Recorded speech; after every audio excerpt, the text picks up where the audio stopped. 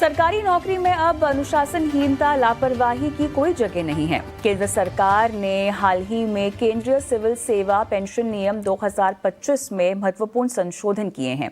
इन नए नियमों के तहत यदि कोई सार्वजनिक क्षेत्र के उपक्रम, जिसको हम पीएसयू के नाम से जानते हैं, का कर्मचारी सेवा से बर्खास्त या हटाया जाता है तो उसे पेंशन ग्रेच्युटी से वंचित किया जा सकता है, भले ही उसने सरकार के अधीन सेवा की हो।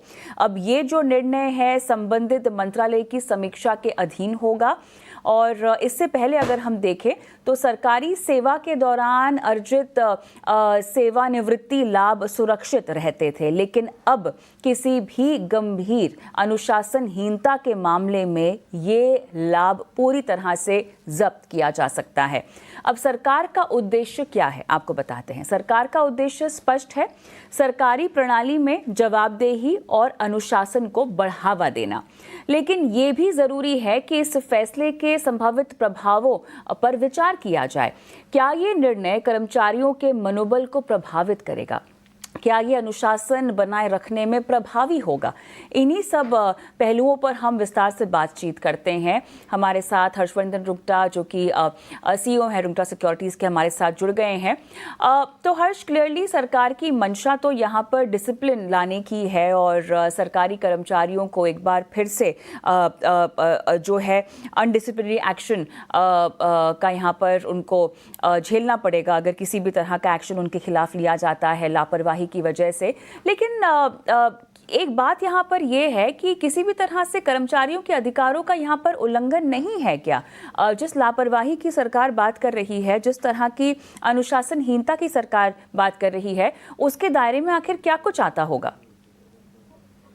तो अगर देखिए कविता, ये जो अमेंडमेंट्स हैं, जो अमेंडेड रूल्स 2025 की अभी आप बात करें, अगर हम एक ब्रीफ में, अगर संक्षेप में उसका इम्पैक्ट देखें, तो ये अमेंडमेंट कह क्या रहा है? ये कह रहा है कि अगर कोई भी पब्लिक सेक्टर एंटरप्राइजेस के कोई एम्प्लॉय को डिसमिस या रिमूव किया जाता है ड्यू टू सम मिसकंडक्ट, तो बहुत क्लियरली जो एम्फोसिस है वो इस चीज पे है कि अगर कोई बहुत सीरियस एक्शन की वजह से अगर डिसमिसल होता है या रिमूवल होता है, तो ये उनके जो रिटायरमेंट बेनिफिट्स है वो उनसे उनसे उनको दिए नहीं जाएंगे। और इस बीच में एक जो भी उस पब्लिक सेक्टर एंटरप्राइज है, उस सेक्टर की जो एडमिनिस्ट्रेटिव मिनिस्ट्री है, वो मिनिस्ट्री उसके बाद एक डिसीजन लेगी। सो पहला स्टेप क्या है, जो कि एम्प्लॉयर, जो पब्लिक सेक्टर एंटरप्राइज है, उसमें से एम्प्लॉय को डिसमिस या रिमूव किया गया है बिकॉज ऑफ सम मिसकंडक्ट या कोई भी सीरियस एलिगेशंस होंगे, उस बेसिस पे अगर डिसमिस किया जाता है, उसके बाद उस सेक्टर की एडमिनिस्ट्रेटिव मिनिस्ट्री जो है वो इसके ऊपर फाइनल डिसीजन लेगी। तो ऐसा नहीं है कि अगर आपके एम्प्लॉयर ने आपको डिसमिस कर दिया तो बस वही लास्ट एंड फाइनल हो गया, फिर आपको लीगल रिकोर्स, वो बात नहीं है। इसमें बहुत स्पेसिफिकली एडमिनिस्ट्रेटिव मिनिस्ट्री के ऊपर भी दिया गया है। अब अगर हम देखें डिसमिसल और रिमूवल की जो प्रोसेस होती है, वो ऐसा नहीं है कि एक कोई इंस्टेंस हो गया, बिना कोई इंक्वायरी बैठाए, बिना कोई कमिटी की रिप्रेजेंटेशन के बगैर सीधा डिसमिस कोई भी एम्प्लॉय को कर दिया जाता है। तो आई थिंक काफी सेफगार्ड लिए गए हैं कि अगर डिसमिसल तक बात पहुंच, बहुत सीरियस इशू होगा तभी डिसमिस हुए हैं। और उसके बाद भी एडमिनिस्ट्रेटिव मिनिस्ट्री को एक अधिकार दिया गया कि वो उसे रिव्यू करें, फिर जाके ये फाइनल डिसमिसल माना जाएगा। अगर हम बेनिफिट्स की बात करें तो वो क्या क्या बेनिफिट्स है जो उनके हाथ से चले जाएंगे? यहाँ पर पेंशन की बात कर रहे हैं हम, ग्रेच्युटी की बात कर रहे हैं। अच्छा, इससे पहले भी हर्ष, जब किसी भी तरह की बर्खास्तगी होती थी तो कम से कम ये सुनिश्चित होता था कि आपकी जमा पूंजी जो है वो आपको मिल जाएगी। और मेरे ख्याल से बहुत सारे लोगों का जो एक मकसद होता है सरकारी नौकरी करने का, वो बेनिफिट्स होता है। आपको कई तरह के यहाँ पर फायदे मिलते हैं जिसका इस्तेमाल आप करते हैं, ताकि जिंदगी में आपके खर्चों को काफी हद तक कम कर लेते हैं। यही तो बेनिफिट्स हैं जिसके लिए आपने सरकारी नौकरी की थी। वो बात सही है कि अगर आप लापरवाही दिखाएंगे तो आपके ऊपर एक्शन लिया जाएगा, बट पूरी तरह से सारे बेनिफिट्स को खारिज कर देना, ये क्या सही होगा? तो देखिए कविता, जो समझ में आ रहा है ना, वो ये दो बातों में हम डिवाइड करते हैं। एक है जो आपका कंट्रीब्यूशन है। सो मान लीजिए कोई एम्प्लॉय ने अपनी कंट्रीब्यूशन पीएफ में या ईपीएफ वगैरह में जमा की है, जो उनका कंट्रीब्यूशन है। ये अमेंडमेंट वो नहीं कहता कि आपके खुद के कंट्रीब्यूशन को भी नहीं दिया जाएगा। सो जितनी समझ आती है इसको पढ़ते हुए में, एक सिंपल सी चीज़ है, जो आपके रिटायरमेंट बेनिफिट्स थे इन टर्म्स ऑफ जो आपके एम्प्लॉयर आपको देने वाले थे, जो पेंशन है मान लीजिए, ये सारी चीज़ आपको नहीं दी जाएगी। सो अगर आप कहती हैं कि अगर किसी ने खुद का पैसा जमा किया है, तो आई एम श्योर इसमें इतना सेफगार्ड्स होंगे कि आपकी खुद की जो कंट्रीब्यूशन है, वो आपको दे दी जाएगी। लेकिन उसके ऊपर मान लीजिए ग्रेच्युटी है या कोई और बेनिफिट्स हैं जो आपको एम्प्लॉयर की तरफ से मिलते, वो आपको नहीं दिए जाएँगे, ये कहने का मतलब है। अब आप जो कह रही हैं कि क्या ये फेयर होगा कि नहीं होगा? वेल आई थिंक अगर आप कोई भी एम्प्लॉयी के रूप में आप कोई कंपनी के लिए काम करते हैं और आपको अगर डिसमिसल तक या रिमूवल तक अगर आपका सिनेरियो आ जाता है, ऐसी सिचुएशन बन जाती है, तो आई एम श्योर जो मिसकंडक्ट होगा, वो बहुत सीरियस नेचर का होगा। तो ऐसा नहीं है कि आप छोटी-मोटी कुछ भी चीज़ करें और उसके लिए आपको डिसमिस कर दिया जाता है या आपको कंपनी से नौकरी से निकाल दिया जाता है। आई एम श्योर कि it is relevant to note that कि एक कोई सीरियस इनफ फ्रॉड होगा या कोई मिसकंडक्ट होगा, जिसकी वजह से इंटरनल इंक्वायरीज होने के बाद या सारी प्रोसेस कंप्लीट करने के बाद आपको डिसमिसल किया जाता है। अगर डिसमिस किया जा रहा है उसके बाद, तो फिर फेयर एंड अनफेयर और जिस वजह से आपने नौकरी जॉइन की, आई थिंक वो टॉपिक इररिलेवेंट हो जाता है। इट्स मोर इम्पोर्टेंट कि अगर आप कोई कंपनी के लिए काम करते हैं, तो आप ईमानदारी से और अच्छी तरह करें और रूल्स फॉलो करके करें। एक और चीज़ यहाँ पर कहा गया है कि स्पेसिफिक मंत्रालय को जो है आपका केस दिया जाएगा अगर किसी भी तरह का ऐसा मामला आता है और उस पर कोई क्लैरिटी चाहिए हो। ये किस तरह के मामलों की हम बात कर रहे हैं, क्योंकि निर्णय संबंधित मंत्रालयों को जो समीक्षा के लिए कहा जाएगा, वो किस तरह के मामले होंगे? तो आई थिंक ये सारे जो केसेस की बात हो रही है, so what was administrative ministry, उसकी भी पहले समझ कि कोई एम्प्लॉयी है जो ऑयल एंड रिफाइनरी सेक्टर में काम करता है। तो मान लीजिए वो ओएनजीसी का एम्प्लॉयी है या ऑयल इंडिया का है या any other public sector enterprises जिनके वो एम्प्लॉयी हैं। अब ये जो ऑयल एंड रिफाइनरी सेक्टर है, ये ऑयल मिनिस्ट्री के अंडर में आता है। तो ओएनजीसी में मान लीजिए एक उदाहरण के रूप में लेते हैं कि कोई ओएनजीसी के एम्प्लॉयी हैं जिनको बर्खास्त किया गया है because of some professional misconduct, और उन पे ये लागू होता है, अमेंडेड रूल्स लागू हो रहे हैं, जो ये कहते हैं कि भई आपको अभी कोई भी रिटायरमेंट बेनिफिट्स नहीं दिए जाएँगे। तो ये जो मैटर है, वो ऑयल मिनिस्ट्री को रेफर किया जाएगा और ऑयल मिनिस्ट्री उस पे फिर फाइनल डिसीजन लेगी कि ये जो निर्णय ओएनजीसी ने लिया है, इंटरनल कमिटी ने एज अ पीएसयू एंटरप्राइज है, वो अपने एम्प्लॉय को बर्खास्त करने का जो डिसीजन लिया गया है, क्या वो फेयर है, क्या वो सही है, और फाइनल अथॉरिटी इस चीज पे ऑयल मिनिस्ट्री की इन दिस पर्टिकुलर केस आएगी। तो जो भी डिसमिसल के केसेस होंगे, जो भी रिमूवल के केसेस होंगे, जो भी ऐसे केसेस होंगे जिसमें एम्प्लॉय को उसके रिटायरमेंट बेनिफिट्स नहीं दिए जा रहे हैं, अंडर दिस सिविल अमेंडमेंट जो पेंशन अमेंडमेंट रूल है, तो वो सारे केसेस एडमिनिस्ट्रेटिव मिनिस्ट्री को रेफर किए जाएंगे और जब उनकी फाइनल मोहर आएगी, तभी ये डिसीजन लागू किया जाएगा, जो है कि कोई भी retirement benefits public sector enterprise के एम्प्लॉइज को नहीं दिया जाए। से काफ़ी विस्तार से आपने ये पूरा मामला समझाया है, तो बहुत ज़रूरी है कि वो अंग्रेज़ी में कहते हैं कि गेट योर एक्ट टुगेदर। जिस तरह से अब एक्शन की बात की जा रही है, बहुत सारे सरकारी कर्मचारी जो हैं वो निर्भर रहते हैं अपने पेंशन पर, अपनी ग्रेच्युटी पर। अगर देखिए आपके पास कोई निवेश की रणनीति है पेंशन के अलावा, जो कि होना ज़रूरी है, लेकिन उसके बावजूद भी अगर ये पैसा आपको नहीं मिले तो एक बहुत बड़ा खड्डा हो सकता है आपकी पूरी फाइनेंशियल प्लानिंग में और आपकी पोस्ट रिटायरमेंट की प्लानिंग में। तो इस बात का आपको ज़रूर ही ख्याल रखना होगा। बहरहाल इस चर्चा को फिलहाल यहीं समेटेंगे, लेकिन अब वक्त हो चला है विमेंस वेडनेसडे की ओर बढ़ने का, क्योंकि आज हम महिला दर्शकों के सवालों के जवाब जो हैं वो देते हैं शो में, उनकी लाइफ फाइनेंशियल प्लानिंग करते हैं।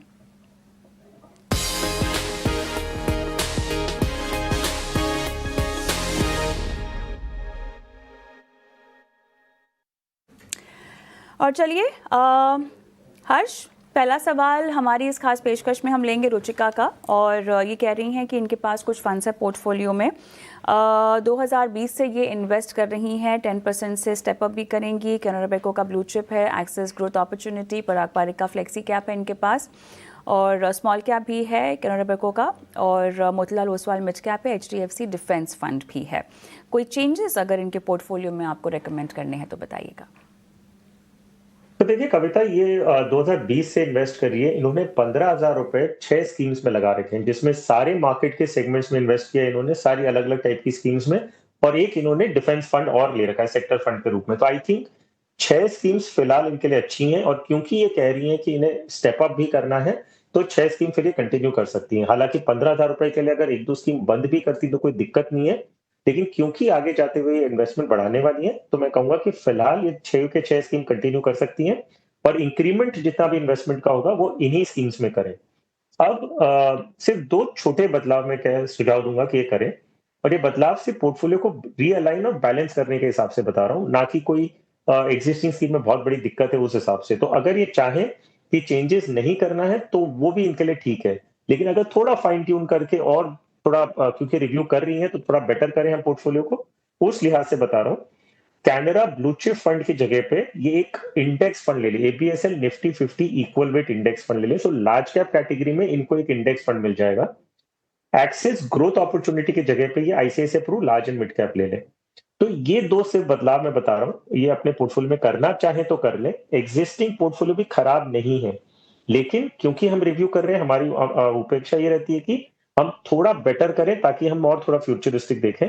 तो ये 2 बदलाव मैं इनके पोर्टफोलियो में करने के लिए कह रहा हूँ। बाकी सब ठीक है और जो एडिशनल इन्वेस्टमेंट बढ़ाना चाहती हैं, वो इन्हीं स्कीम्स में आगे जाते हुए बढ़ा लें। ऑलराइट, आगे बढ़ते हैं और वंदना का सवाल लेंगे हम। इन्होंने अपनी एसआईपी शुरू कर रखी है 15,000 रुपये और टाटा का लार्ज एंड मिड कैप है, एसबीआई का स्मॉल कैप है, इन्वेस्को का इंडिया कॉन्ट्रा फंड है, कोटक इमर्जिंग इक्विटी है। 1 CR का टारगेट है 15 सालों में और सभी में लगभग ये 3,750 रुपये निवेश कर रही हैं, जानकारी दी है इन्होंने। बताइए फंड्स आपके मुताबिक और क्या बदलाव?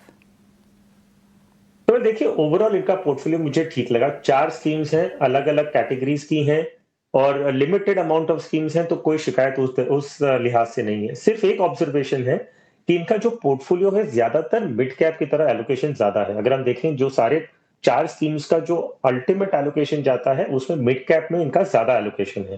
तो क्योंकि लेकिन 15 साल का टाइम होराइजन उन्होंने बताया है और अगर ये वॉलेटिलिटी जो मिड कैप के साथ में थोड़ी ज्यादा वॉलेटिलिटी आती है as compared to large cap, तो अगर ये इतनी वॉलेटिलिटी सहन कर सकती हैं, तो ये पोर्टफोलियो में कोई बदलाव करने की जरूरत नहीं है, इसी तरह कंटिन्यू कर सकती हैं। 15 साल बाद सिर्फ एक जो पॉइंट है जो इन्हें ध्यान रखना होगा कि 15 साल बाद ये एक्सपेक्ट कर रही है कि इन्हें 1 करोड़ रुपया मिले। लेकिन अगर एक्जिस्टिंग इन्वेस्टमेंट को हम 12% से ग्रो करके देखें, तो ये करीबन 75 लाख रुपीस आता है। इन्हें चाहिए 1 करोड़, तो इन्हें अपनी एसआईपी 15,000 से बढ़ा के 20,000 करनी होगी। हालांकि 12% का जो अनुमान है उस हिसाब से 75 लाख तक तो और जैसे जैसा मौका मिलेगा एसआईपी आगे बढ़ेगी तो बेटर होगा। कम से कम 20,000 तक इन्हें करना होगा अगर इन्हें 1 लाख का टारगेट पूरा करना है तो। ओके, आई थिंक आज बहुत सारे सवाल जो हैं हमें यूट्यूब से आते हुए दिखाई दे रहे हैं हर्ष। इस कड़ी में अगला सवाल सत्या का हम लेंगे। नई दिल्ली से सवाल भेजा है। 2 CR का टारगेट है इनका 15 सालों में। करंट वैल्यू अपने पोर्टफोलियो की दी है इन्होंने लगभग 2,75,000 के आसपास। इनके पास पराग पारिक का फ्लेक्सी कैप है, आईसीआईसीआई प्रू का मल्टी कैप है, मोतीलाल ओसवाल मिड कैप, कोटक का स्मॉल कैप है और वैल्यू डिस्कवरी फंड है इनके पास आईसीआईसीआई का। निवेश बढ़ा पाएंगी या नहीं मुझे नहीं पता, बट 15 साल में 2 करोड़।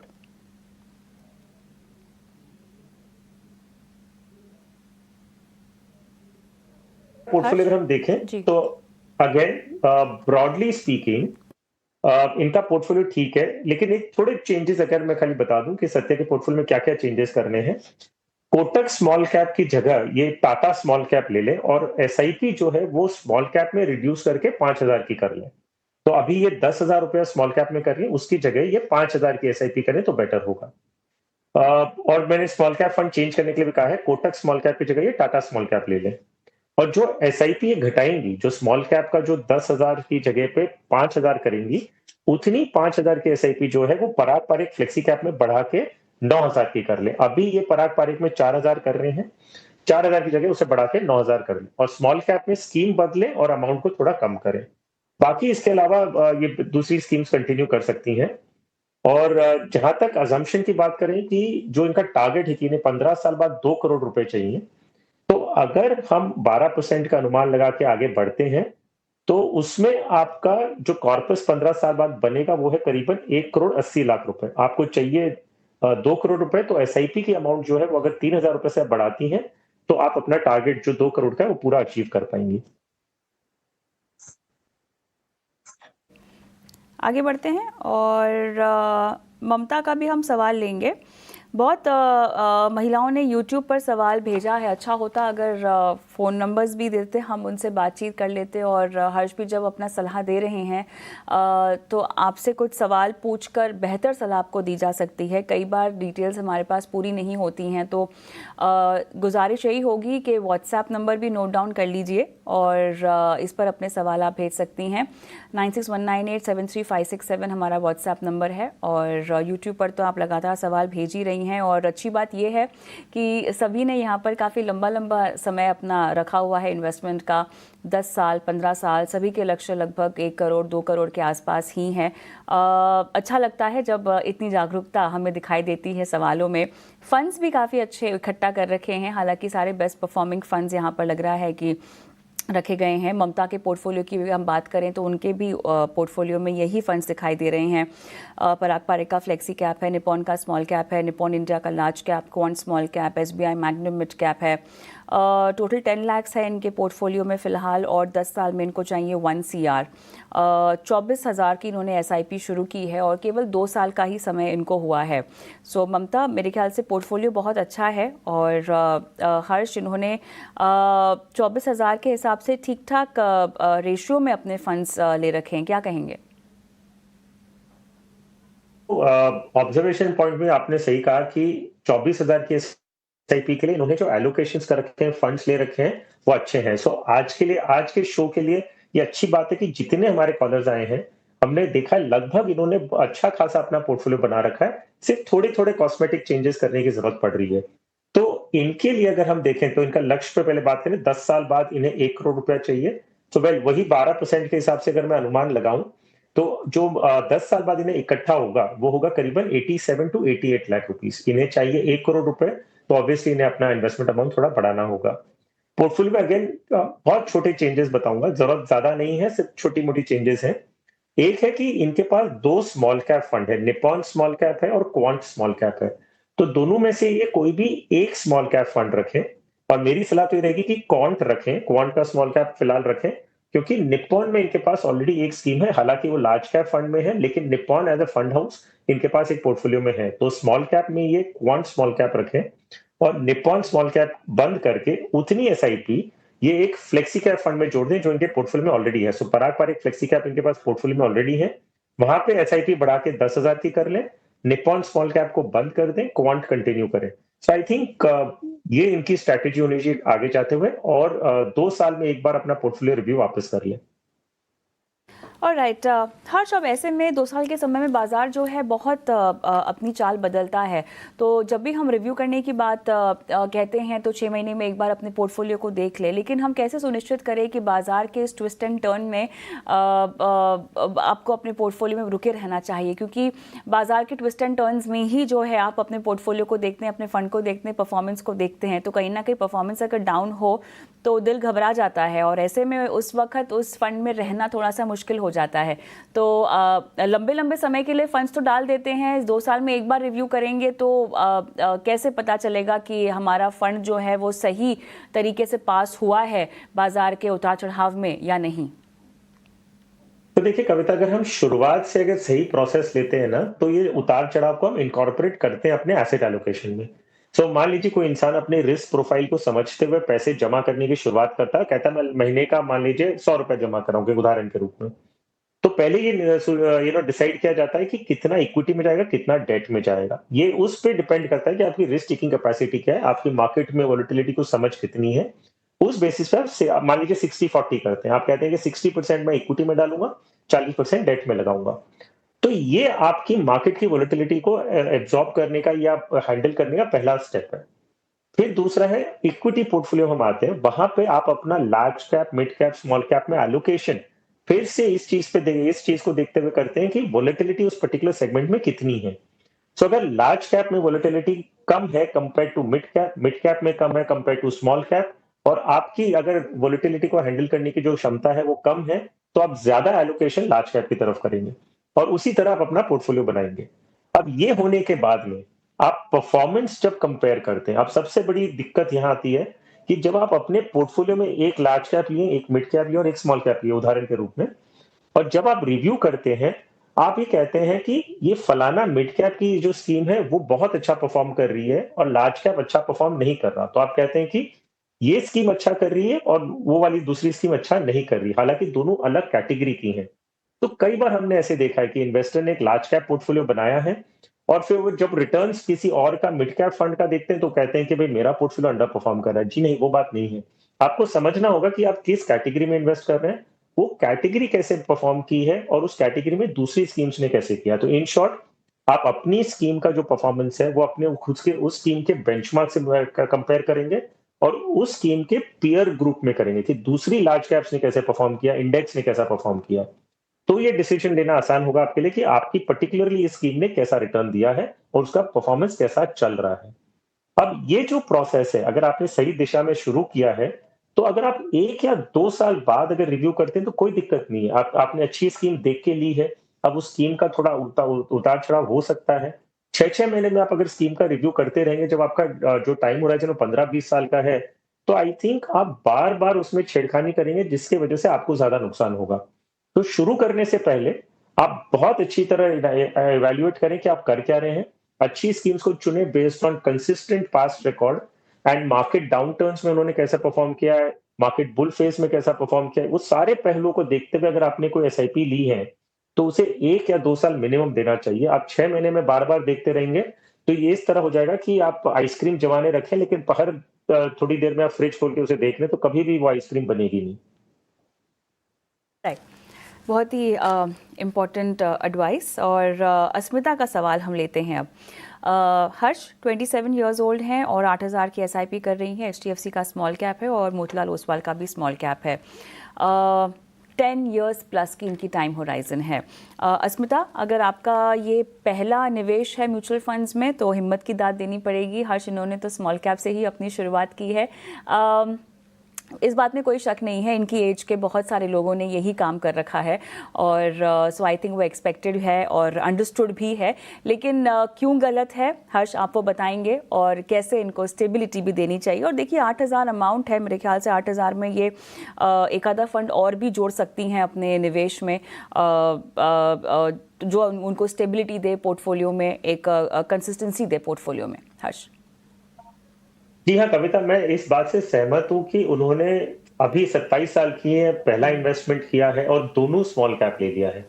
सो आइडियली ये तरीका नहीं होता इन्वेस्टमेंट करने का, चाहे आपकी कितनी भी अच्छी रिस्क एपेटाइट हो। अगर आप न्यू इन्वेस्टर हैं और सीधा आप स्मॉल कैप से शुरू करते हैं, तो स्मॉल कैप कंपैरेटिवली बहुत ज्यादा वॉलेटाइल होता है। तो आइडियल ये होता है कि आप कोई लार्ज कैप से शुरू आईपी करें, नंबर्स आ गए क्या? फिर धीरे-धीरे आप मिड कैप में जाएँ और फिर धीरे-धीरे आप स्मॉल कैप में एक्सपोज़र लें। तो उस लिहाज से मैं आपसे कहूँगा कि आप अपना जो पोर्टफ़ोलियो है अश्मिता, उसको आप अगर आप mid cap and small cap में रहना चाहती हैं, कोई दिक्कत नहीं, आप 27 साल की आप रिस्क ले सकती हैं। तो मेरा सजेशन ये होगा कि आप एक मल्टी कैप फंड लीजिए, जिसमें लार्ज, मिड एंड स्मॉल तीनों आ जाएगा। तो एचडीएफसी म्यूचुअल फंड में आपके पास एक फ़ोलियो ऑलरेडी है, जो है एचडीएफसी स्मॉल कैप। आप ये दोनों स्मॉल कैप बंद करें और एचडीएफसी का मल्टी कैप फंड ले लें। तो उसमें क्या होगा, आपको लार्ज, मिड, स्मॉल सारे सेगमेंट्स आपको आ जाएँगे। एक स्कीम काफ़ी है फिलहाल शुरू करने के लिए, तो इसमें आपको मार्केट का एक बेटर एक्सपोज़र मिलेगा rather than only a pure small cap fund. तो ये मेरी सलाह आपके लिए रहेगी कि स्मॉल कैप फंड्स को बंद करें, एक मल्टी कैप फंड ले लें, ताकि आपको मार्केट के सभी सेगमेंट्स में एक्सपोज़र मिले। चलिए, यहाँ पर वैसे तो आपने काफ़ी कुछ इनको समझा ही दिया है। आने वाले समय में जो है ये अपने पोर्टफोलियो में निवेश भी बढ़ा सकती हैं। एक बात बताइएगा, इन्होंने अभी जो पैसे लगाए हुए हैं उसको जस का तस रहने दे? जी नहीं, हम कह रहे हैं कि आज जो ये पोर्टफोलियो रिव्यू करके आगे का क्या स्ट्रैटेजी होना चाहिए, तो स्मॉल कैप फंड डेफिनिटली मैं कहूँगा कि ये तरीका नहीं है। तो आप अभी जितना भी इन्वेस्टमेंट किए हैं, उसको पूरा रिडीम कर लें, एक क्लीन स्लेट के साथ स्टार्ट करें और एक एचडीएफसी मल्टी कैप फंड में शुरू करें। जो ये पैसे आज आप निकालेंगे इक्विटी में से, वो लमसम के रूप में वापस आप इन्वेस्ट कर सकती हैं। तो एक मल्टी कैप ही एक स्कीम रखिए, जिसमें आप एक्जिस्टिंग इन्वेस्टमेंट्स को स्विच इन कर लेंगी एंड उसके अंदर भी उसी के अंदर आप एसआईपी के ज़रिए आगे इन्वेस्ट करती रहेंगी। चलिए, सवाल जवाब का सिलसिला हम यहीं थामते हैं। हर्ष, बहुत बहुत धन्यवाद आपका। आज विमेन इन्वेस्टर्स की आपने फाइनेंशियल प्लानिंग की और उन्हें बताया कि वो कैसे अपने आर्थिक आज़ादी के मार्ग पर आगे बढ़ सकती हैं। धन्यवाद आपका। हम भी एक छोटा सा ब्रेक लेते हैं।